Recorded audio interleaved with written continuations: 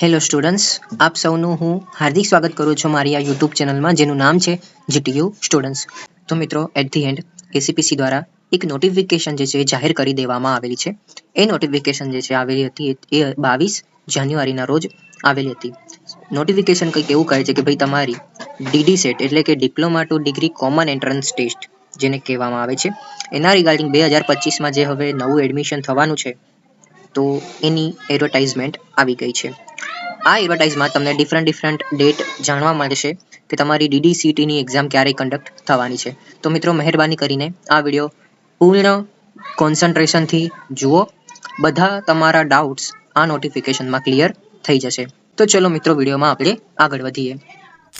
તો મિત્રો 2024ના રોજ એટલે કે ગઈ સાલ એસીપીસી દ્વારા એક ડીડી સેટ કરીને એક્ઝામ એ કમ્પલસરી કરી દીધી છે. જો તમારે ડિપ્લોમા એન્જિનિયરિંગ પછી જો ડિગ્રી એન્જિનિયરિંગ એટલે કે બીઈ બીટેકના બીજા વર્ષે એનો મતલબ એવો કે ત્રીજા સેમિસ્ટરમાં જો તમારે એડમિશન લેવું હોય તો પહેલા કેવું થતું હતું કે તમારા 5મા સેમના એસપીઆઈ ડિપ્લોમાના અને ડિપ્લોમાના 6ઠ્ઠા સેમના એસપીઆઈ જે સ્ટુડન્ટ્સના સૌથી વધારે હશે આ બેમાંથી તો એ લોકોને એડમિશન થતું હતું.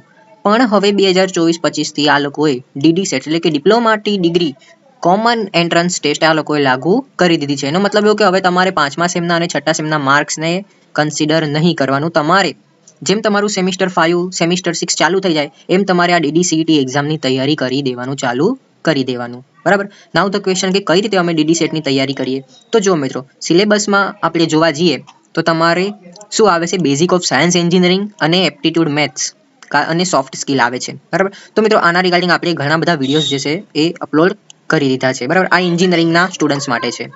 બરાબર. અને બીજું છે એપ્ટિટ્યુડ મેથ્સ અને ઇંગ્લિશ છે બીજું. તો આના રિગાર્ડિંગ આપણે હજી વિડીયો બનાવીએ છીએ. રાઈટ. તો તમારો સપોર્ટ મળશે તો આઈ પ્રોમિસ કે ડેફિનેટલી આપણે આના વિડીયો પણ બનાવીશું. Right. Basic of science and એન્જિનિયરિંગના મોટે ભાગે વિડીયો આપણે બનાવી દીધે છે. લિંક જે છે ડિસ્ક્રિપ્શન બોક્સમાં તમને મળી જશે અને એ ફ્રી ઓફ કોસ્ટ છે. આપણા યુટ્યુબ ચેનલમાં જ અપલોડ કરેલા છે. ઠીક છે. તો મિત્રો, સૌથી પહેલા આપણે ધ્યાન દઈએ તો અહીંયા જુઓ, શૈક્ષણિક વર્ષ 2025 અને 26 માટે એટલે કે હવે જે તમારું એડમિશન થશે ડિપ્લોમાથી ડિગ્રીમાં તો તમારું એડમિશન યર થશે 2025-2026. રાઈટ. ડિપ્લોમાથી ડિગ્રીના બીજા વર્ષે તમને એડમિશન મળે છે. અને હવે આમાં જે છે અમુક લોકોને ક્વેશ્ચન હોય છે કે અગર મારે ત્રીજા સેમિસ્ટરમાં અગર એડમિશન મળે છે તો શું મારે પહેલા સેમિસ્ટરની અને બીજા સેમિસ્ટરની એક્ઝામ આપવાની? તો ના મિત્રો, તમારે આ બંનેની એક્ઝામ આપવાની કોઈ જરૂર નથી. તમારે ડાયરેક્ટ ત્રીજા સેમમાં તમને એન્ટ્રી મળશે ડિગ્રીના અને તમારે ત્રીજા સેમિસ્ટરથી તમારે કન્ટિન્યુઅસ સ્ટડી કરી દેવાનું. બરાબર. એવી જ રીતે મિત્રો, અગર તમે ફાર્મસીના વિદ્યાર્થી છો તો તમારે ડિપ્લોમા ફાર્મસી પછી જો ડિગ્રી ફાર્મસી કરવું હોય તો એવી જ રીતે તમને પણ જે છે બીજા વર્ષે એટલે કે ત્રીજા સેમિસ્ટરમાં તમને એડમિશન મળે છે. અને એવું નથી હોતું કે તમારે સેમ 1 અને 2ની એક્ઝામ આપવાની. એવું નથી હોતું. બરાબર. તમને ડાયરેક્ટ થર્ડ સેમમાં એડમિશન મળે છે અને ત્રીજા સેમિસ્ટરથી તમે તમારું કન્ટિન્યુઅસ સ્ટડી કરી શકો છો. મિત્રો, આ ડીડીસીટીની એક્ઝામ જે છે એ તમને ડિગ્રીમાં સરકારી એટલે કે ગવર્મેન્ટ કોલેજ, અનુદાનિત એટલે કે ગ્રાન્ટ ઇન એડ અને સ્વનિર્ભર એટલે કે સેલ્ફ ફાઇનાન્સ ઇન્સ્ટિટ્યૂટ જેટલી પણ જીટીયુના અંડર આ બધી કોલેજો આવે છે. આ ડીડીસીટીનો રેન્ક તમને અગર હાઈ થયો ડીડીસીટીનો રેન્ક તો તમને સૌથી પહેલા પ્રાયોરિટી જો તમે સરકારી કોલેજને આપી હશે તો તમને સૌથી પહેલા નંબરે ગવર્મેન્ટ કોલેજ મળી શકે છે. બરાબર. તો મિત્રો, હવે આપણે જોઈએ ડીડીસીટી 2025 માટે લાયકાત શું છે. બરાબર. તો જે તે પ્રવેશ વર્ષ માટે કોઈએ ડિપ્લોમા અગર કરી દીધું હોય ગયા વર્ષે કાં તો પછી એના ગયા વર્ષે કાં તો પછી ક્યારેક એને ડિપ્લોમા કર્યો હશે. બરાબર. કાં તો પછી કોઈ એવો સ્ટુડન્ટ છે કે જે અત્યારે છેલ્લા સેમિસ્ટરમાં હોય તો એ લોકો બધા એલિજિબલ છે. ત્યાર પછી એઆઈસીટીઈની જોગવાઈ અન્વયે ગુજરાત રાજ્યમાં આવેલ માન્ય યુનિવર્સિટીમાંથી સપોઝ કોઈએ બીએસસી કર્યું હોય એટલે કે બેચલર ઓફ સાયન્સ કાં તો પછી એને ડિપ્લોમા વોકેશનલ કોર્સ કર્યો હોય. બરાબર. તો એવા લોકો પણ જે છે આ ડીડીસીટીની એક્ઝામ આપીને ડિગ્રીમાં પ્રવેશ મેળવી શકે છે. બરાબર. ત્યાર પછી આ એક અગેન જે છે એ મેઇન પોઈન્ટ છે કે સપોઝ કરો તમારું ડિપ્લોમા એન્જિનિયરિંગ જે છે સેમિસ્ટર 1 થી લઈને 6 છે. બરાબર. હવે અત્યારે આ ડીડીસીટી પ્રોબેબલી કન્ડક્ટ થાય છે 19 એપ્રિલના રોજ. તો શું હું એલિજિબલ કહેવું કેમ કે અત્યારે તો મારું 6th સેમ ચાલે છે.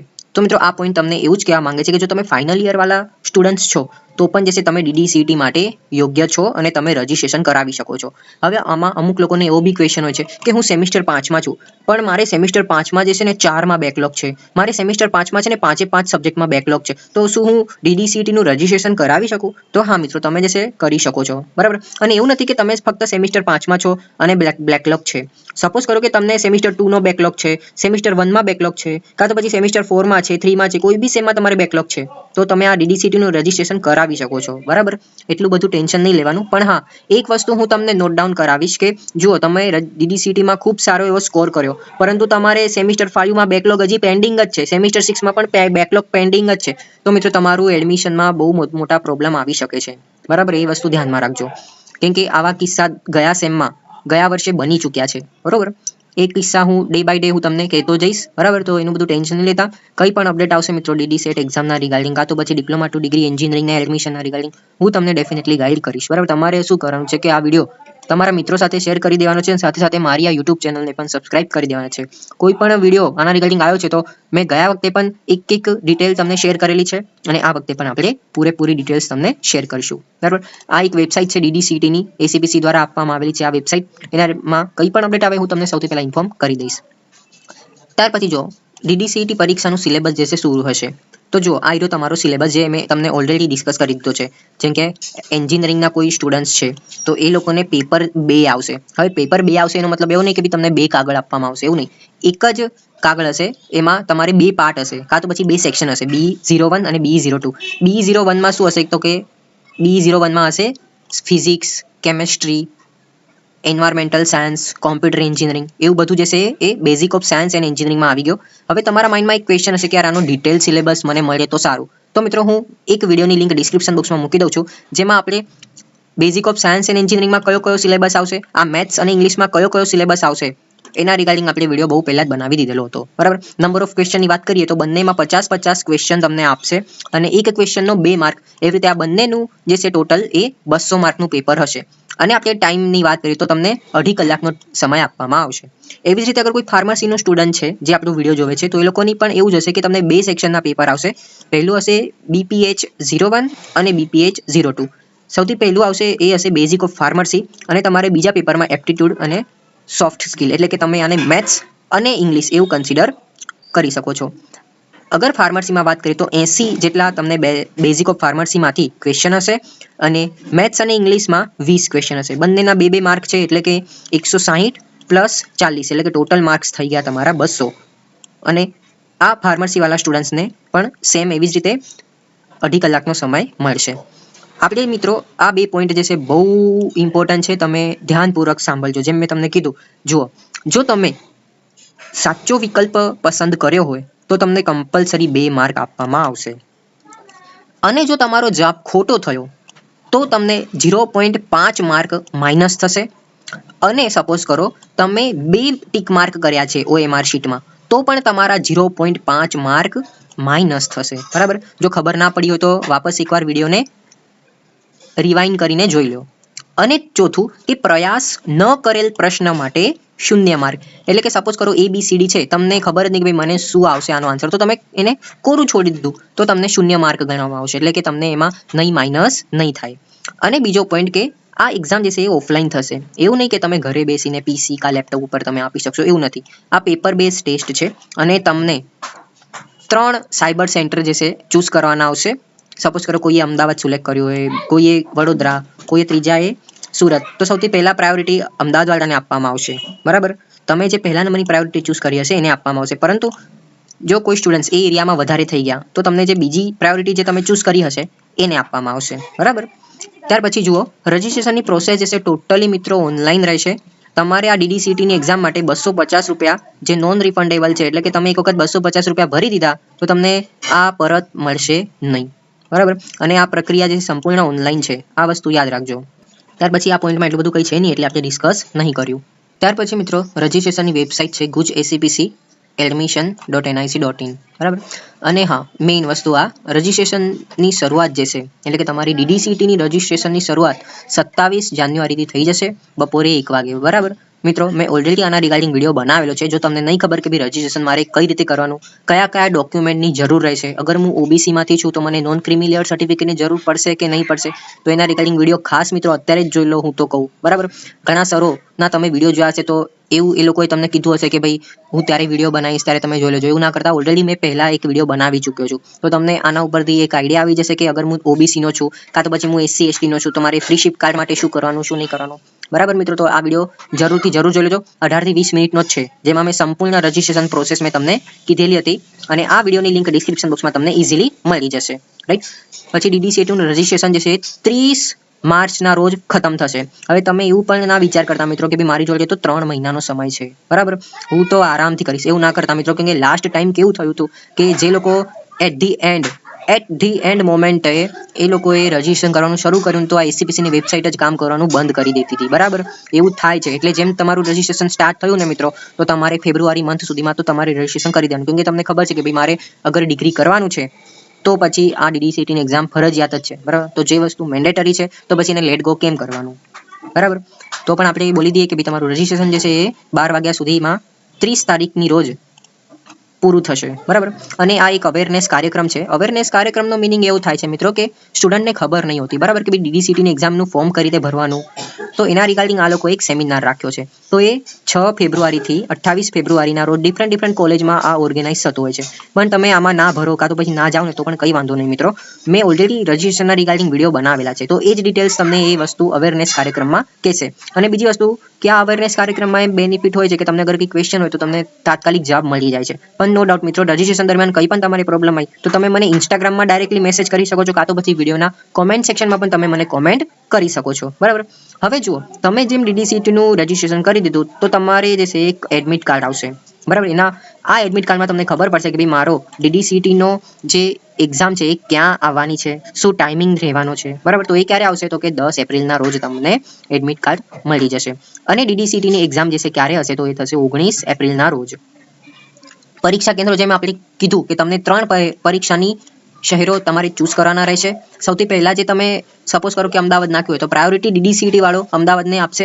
સપોઝ અમદાવાદના બધા સીટો ભરાઈ ગયા હશે તો તમારે બીજા નંબરે જે પ્રાયોરિટી હશે એમાં આપશે, બરાબર. સપોઝ કરો કે બીજા નંબરનું બી ફૂલ થઈ ગયું તો તમને ત્રીજા નંબરની જે પ્રાયોરિટી તમે ચૂઝ કરી હશે તો પછી ડેફિનેટલી તમને ત્રીજા નંબર વાળામાં મળી જશે, બરાબર. પછી આ પોઈન્ટમાં એવું કીધું છે કે ભાઈ તમારે એસીપીસીની વેબસાઇટ જે છે વારે ચેક કરતી રહેવાની છે. કંઈ પણ અપડેટ આવશે તો એમાં તમને ખબર પડશે. બટ ડોન્ટ વરી, તમે અગર મારી આ યુટ્યુબ ચેનલને પણ સબસ્ક્રાઇબ કરીને રાખ્યું છે તો તમને ડેફિનેટલી હેલ્પફુલ રહેશે. હવે જુઓ મિત્રો, આમાં એક મોસ્ટ ઇમ્પોર્ટન્ટ પોઈન્ટ છે કે ભાઈ ઉમેદવારોએ જણાવવામાં આવે છે કે ડિપ્લોમાથી ડિગ્રી પ્રવેશ માટે અલગથી રજિસ્ટ્રેશન ફી રહેશે. એટલે કે જુઓ, આ DDCATની ફી તો 250 રૂપિયા છે જ. હવે તમારા માઇન્ડમાં એક ક્વેશ્ચન હશે કે સપોઝ મારે ડિગ્રીમાં અગર ગવર્મેન્ટમાં મળ્યું તો મિત્રો એના ચાર્જિસ અલગ હશે. કદાચ કોઈ મહિલા ઉમેદવાર છે એટલે કે કોઈ ગર્લ્સ છે તો એ લોકોને મે બી ગવર્મેન્ટમાં સીટ મળી હોય તો કોઈ ચાર્જિસ નહીં હોતા, પણ કોઈ બોયઝ છે તો એમને એડમિશન ફીઝ હોય છે, બરાબર. પણ એના કમ્પેરમાં કોઈ અગર ગર્લ છે એને સેલ્ફ ફાઇનાન્સ ઇન્સ્ટિટ્યૂટમાં નંબર લાગ્યો છે તો ઓબ્વિયસલી એને પછી ફી ભરવી પડશે, બરાબર. તો ટૂંકમાં આ પોઈન્ટ એવું કહે છે કે ભાઈ ડિપ્લોમાથી ડિગ્રી પ્રવેશ માટે જે અલગ રજિસ્ટ્રેશન હોય જેને આપણે એડમિશન કહેવામાં આવે છે, બરાબર. આપણે એડમિશન ફી ભરીએ છીએ તો એ મિત્રો અલગ રહેશે. એવું નથી કે ભાઈ એ આ 250માં આવી ગયું, એવું નથી. ભાઈ આ વસ્તુ પણ જે છે એ મેઇન છે કે આ એસીપીસીની વેબસાઇટ છે, બરાબર. તો એમાં તમને શું વસ્તુ મળશે તો કે DDCAT 2025નો અભ્યાસક્રમ, બરાબર. એટલે કે જુઓ, આ DDCATની વેબસાઇટ ઉપર તમે જોશો તો આ ક્વેશ્ચન પેપર છે, આન્સર કી છે, ક્વેશ્ચન પેપર છે, આન્સર કી છે. DDCATનો સિલેબસ જે છે એ છે. ડોન્ટ વરી, મેં ઓલરેડી આ એન્જિનિયરિંગના રિગાર્ડિંગ સિલેબસ જે છે, ફાર્મસીના રિગાર્ડિંગ સિલેબસ છે એ બધું મેં તમને ડિસ્કસ કરી દીધું છે. ત્યાર પછી નોટિફિકેશન, લાયકાત, મેરિટ, આના રિગાર્ડિંગ ઓલરેડી મેં ગયા વખતે વિડીયો ઘણા બધા બનાવી ચૂક્યો છું, બરાબર. તો તમારે કોઈ પણ વિડીયો જોતો હોય ને તો તમારે બાય GTU સ્ટુડન્ટ્સ એવી રીતે તમે યુટ્યુબમાં સર્ચ કરશો તો તમને ઘણા બધા DDCATના વિડીયો જે મેં ક્રિએટ કરેલા છે મળી જશે.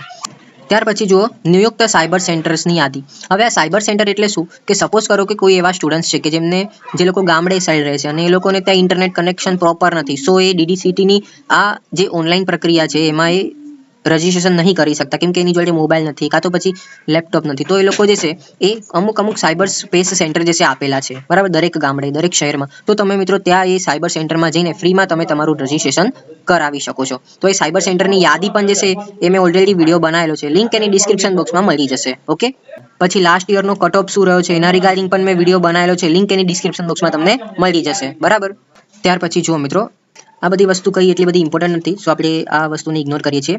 જો હેલ્પલાઇન નંબર એક તમને આપેલો છે કે ભાઈ DDCATના રિગાર્ડિંગ કંઈ પણ તમને પ્રોબ્લેમ આવે તો તમે આ હેલ્પલાઇન નંબર ઉપર તમે કોન્ટેક્ટ કરી શકો છો. બટ એમાં ટાઈમિંગ આપેલો છે 8 થી લઈને 12 વાગ્યા સુધી. અને એક લાસ્ટ અને બહુ ઇમ્પોર્ટન્ટ વાત છે એ છે AICTEના પ્રવર્તમાન નિયમો અન્વયે કોઈપણ વિદ્યાશાખામાં ડિપ્લોમા એન્જિનિયરિંગ ધરાવતા ઉમેદવારો ડિગ્રી એન્જિનિયરિંગના કોઈપણ વિદ્યાશાખામાં પ્રવેશ મેળવી શકશે.